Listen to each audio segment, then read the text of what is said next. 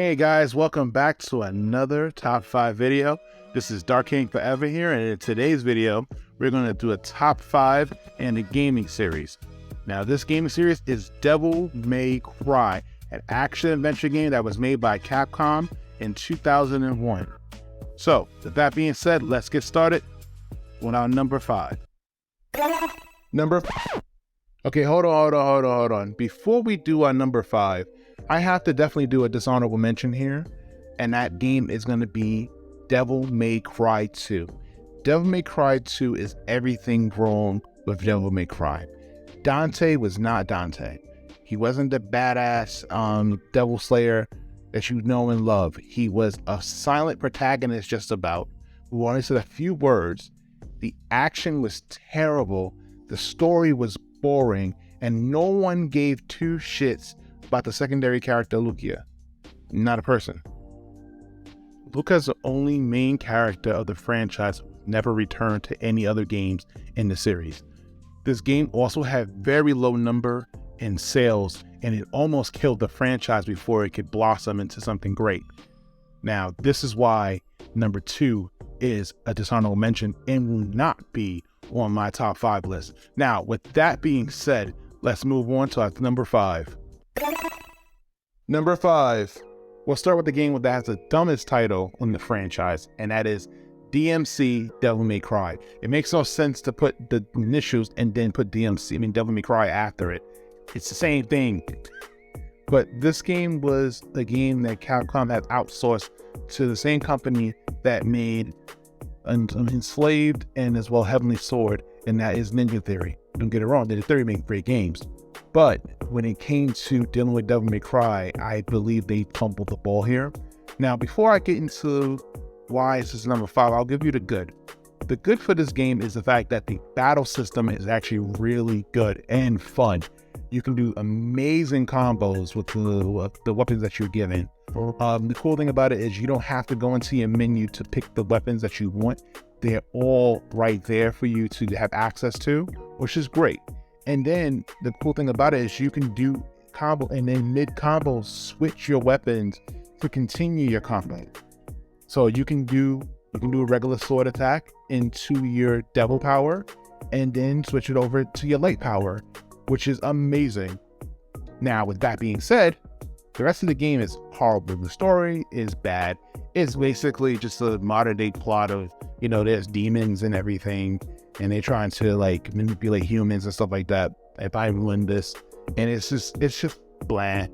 And Virgil and his organization is trying to fix that, and they bring in Dante, and they try to do this whole thing where the real world and the demon world are two separate things, but they're in the same, like, they kind of in this, like, how you put it, purgatory-ish type realm, and it's stupid.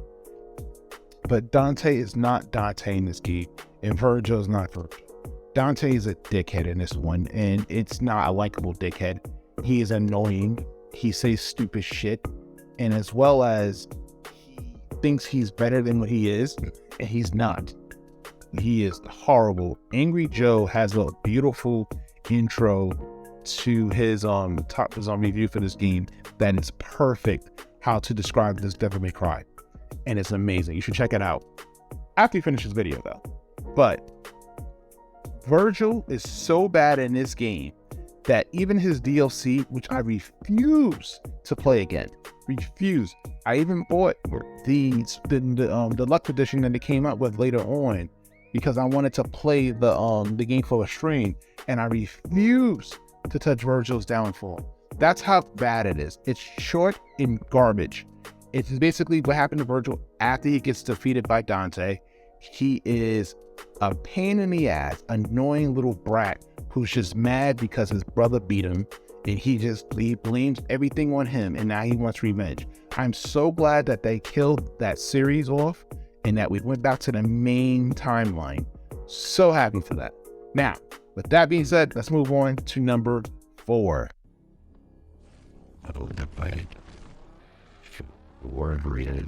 The million years. You. Number 4. This is Resident Evil 4, a game made by No. That's wrong. That's wrong. I'm sorry. This is the original Devil May Cry. Now I can understand why I got the two confused, because originally Devil May Cry was Resident Evil 4. And yes, it was in development as a whole new Resident Evil 4 game with a man named Tony who had supernatural abilities. And yes, I know there's one about the Hookman, but this was the first original Resident Evil 4. But as they kept making development, with this game, they noticed that the game was taking its own, its own new thing. So the guy had supernatural abilities, and it's going to be a hack and slash, and his name was Tony, it wasn't Dante. But as they kept making the game, it kept changing to them that the point they was like, you know what? We're going to change it, make it Devil May Cry, start from scratch, which led to the Hookman video, which led to the Resident Evil that we know and love today. But we'll talk about Resident Evil another time. I have a feeling I'm going to go back to that game very soon. Now, let's get talking about Devil May Cry. Devil May Cry introduced us to a guy named Dante, who is a demon hunter who owns his own business called, as you guessed it, Devil May Cry. And he is searching for his mother's killer. And as he has been progressing, he thinks he's in the dead end. But one day, a young lady named Trish comes busting in and saying that she has a job and that she knows the man that did killed his mom. And also, she had abilities that he never seen before, which means that he was one step closer to getting his revenge.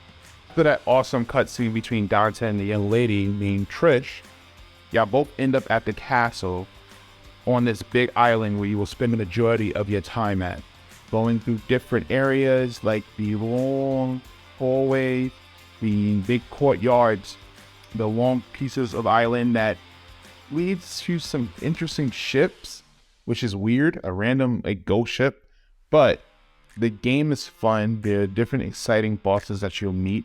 Dante is entertaining as hell with his quips and his lines. And Dante shows that he has a more emotion than being just a badass. He has the moments when he's sad and he's mad about what happened, thinking that a friend died. Times he meets family members.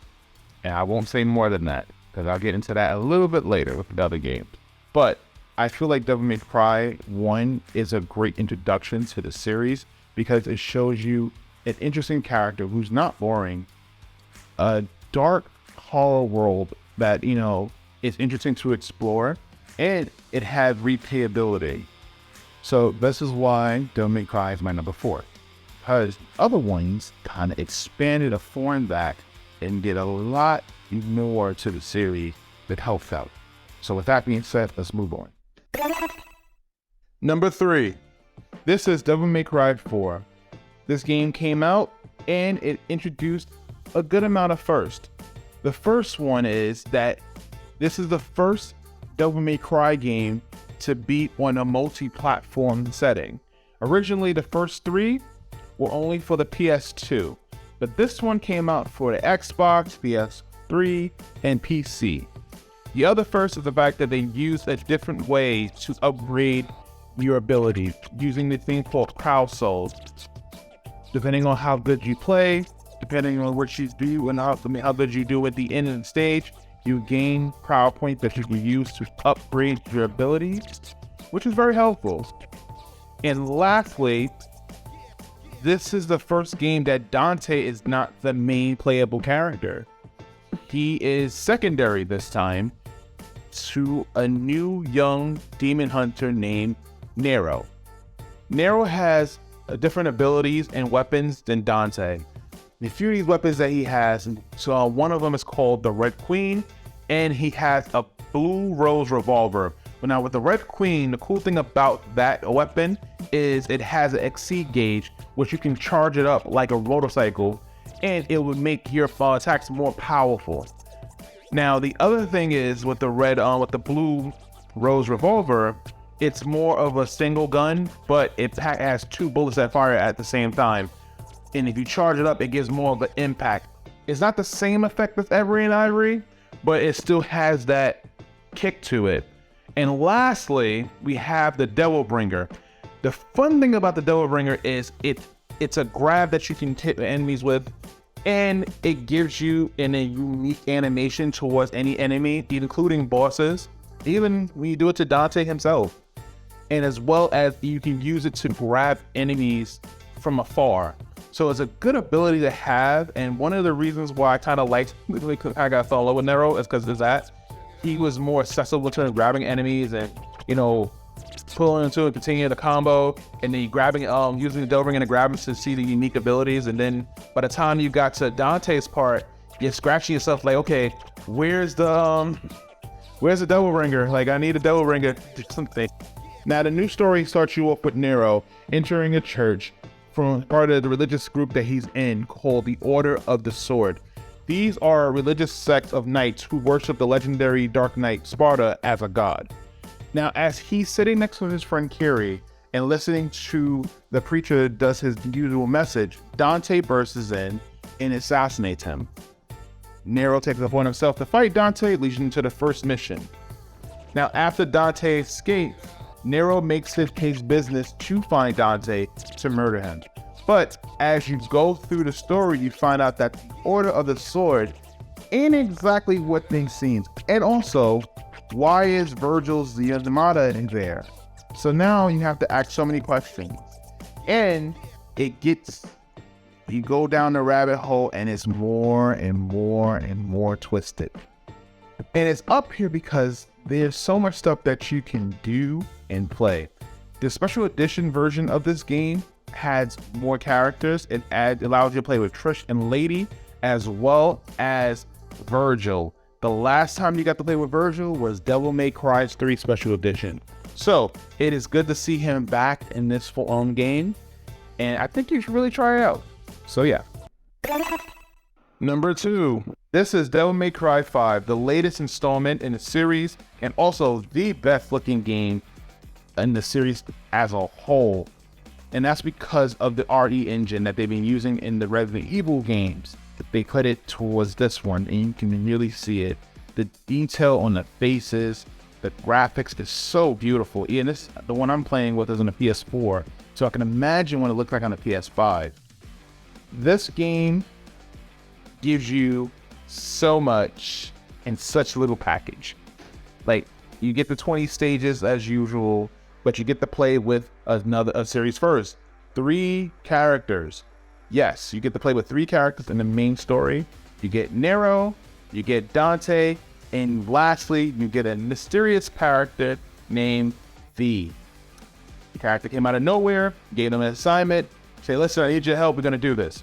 Now, one thing about this game is the fact that each character has their own unique abilities and skills that you can upgrade. Now, the cool thing about this game is the fact that as you play during the main story, you can actually cross paths with other players who are interacting with the game. For example, in the prologue, as you're running towards the boss, you can see somebody playing with Dante's character who's fighting the boss ahead of you. And the storyline will show what happens with Dante, but at first, your only thing you're concerned is trying to get to this boss to fight him itself. Now, there's other times that will happen where, as in stage 4, when you get to play with the new character V, you're running around that area, but you will see Nero on the other side because in level 3, he's in the same stage, but in a different part. So that's the cool interaction with the game that you get to see.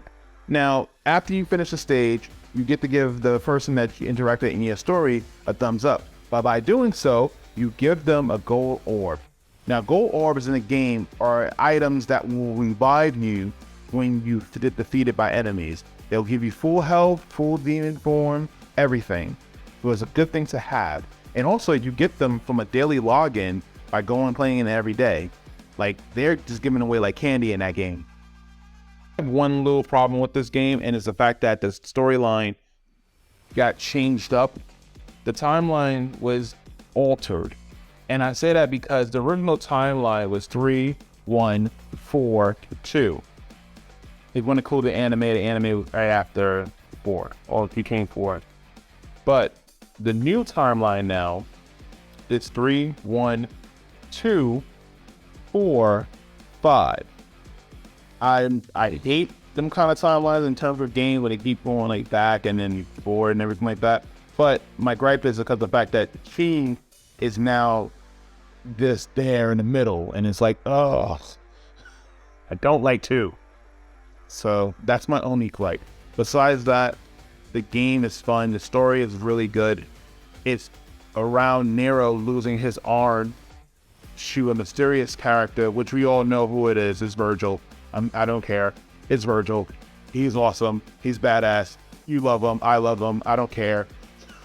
But you meet new characters. One is named Miko. She is the daughter of the doctor that you fought against in Devil May Cry 4. And she's a badass. She's the one that gives Nero a new arm, robotic arms that he can use, which gives different abilities. And the cool thing about this game is the fact that they had plenty of DLC that you can try out, which gave him more devil breakers. And the cool thing about it is one was a Mega Blaster, which is crazy fun. We need you back, Mega Man. Come back. We miss you. But the story has, it breaks off into parts and everything like that. And also it gives more background of Dante and Virgil's mother. You actually get to see her for the very first time, which is awesome. The story ends with a nice little send-off to Dante and Virgil, but it's definitely a fun game to check out. I love this game. It's a matter of fact, while recording this footage for this game, I got so hooked on recording it that I kept playing. I kept playing for a while. I think I played for almost 2 hours, even though I needed like 20 minutes of footage. I kept playing for like 2.5 hours just because that game is so much fun. But my number one beats it for a few reasons, and I'll get through it right now. Now, number one is, now what can I say about this number one right there? This is Devil May Cry 3. Devil May Cry 3 is the saving grace to this series, and this is why it's number one, because it brought the series back to where it belonged. A badass Dante, not a bland, silent character who just stands there and looks stupid and just, oh my god. Yes, I did say I was going to come back and talk about Devil May Cry 2. That game literally almost killed the franchise, but Devil May Cry 3 brought it back in so many ways.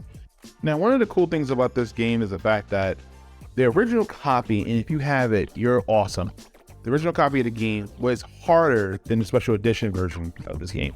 And that's because that people complained about the normal mode, which was basically the Japan card mode, which is crazy. So fighting Cerberus was a Dark Souls battle, because he took you out. And then the problem with it is once you died, you had to go all the way back to the beginning of the stage. So imagine fighting Virgil in the middle of the stage and then dying, and then you had to go all the way back.